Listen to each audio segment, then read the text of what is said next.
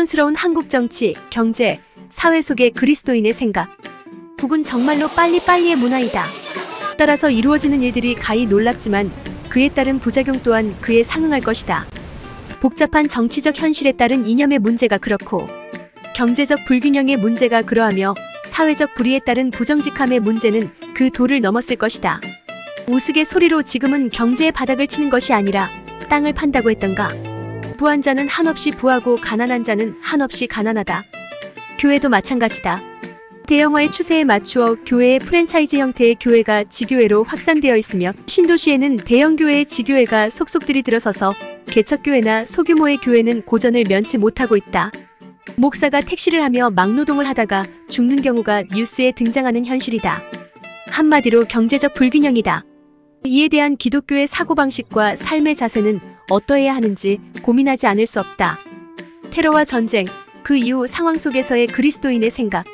과거 미국과 이라크의 문제, 우크라이나와 러시아, 이스라엘과 하마스 등을 통해 확산된 테러와의 문제는 선악과의 대립이나 종교 간의 투쟁, 혹은 문명의 충돌로 보는 경향이 지대했던 것이 사실이다.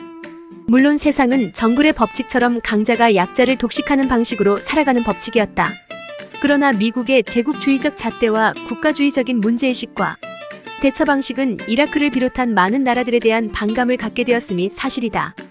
반면 이에 대항하는 입장에서 보면 미국이 일방적이고 자신의 모든 것을 빼앗을 것이라는 의식이 곧 저항의 식로, 그리고 그들이 행할 수 있는 방식이란 소수의 테러의 방식이 유일한 방식일 것이다.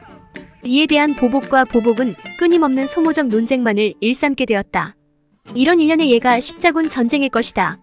표면적으로는 종교적 이유를 내세우지만 내심은 경제적 이익과 자신들의 입지를 강화하려는 인간적 속셈이 있음을 부인할 수는 없는 사실이었다. 따라서 성도는 테러와의 문제 해결 방식에 대해 전면적인 성찰과 수정이 필요하게 된다는 사실을 주의해야 하며, 테러의 피해를 당한 사람들에 대한 인간적인 최소한의 필요 조건들을 도와야 할 것이다. 이런 세상의 문제에 대한 기도. 정치인들의 결연한 의지와 함께 성도들이 하나님의 평화를 위해 기도해야 할 것이다. 인천 송도역 남인천 농협 앞 배짜마 카페에서 이종하였습니다.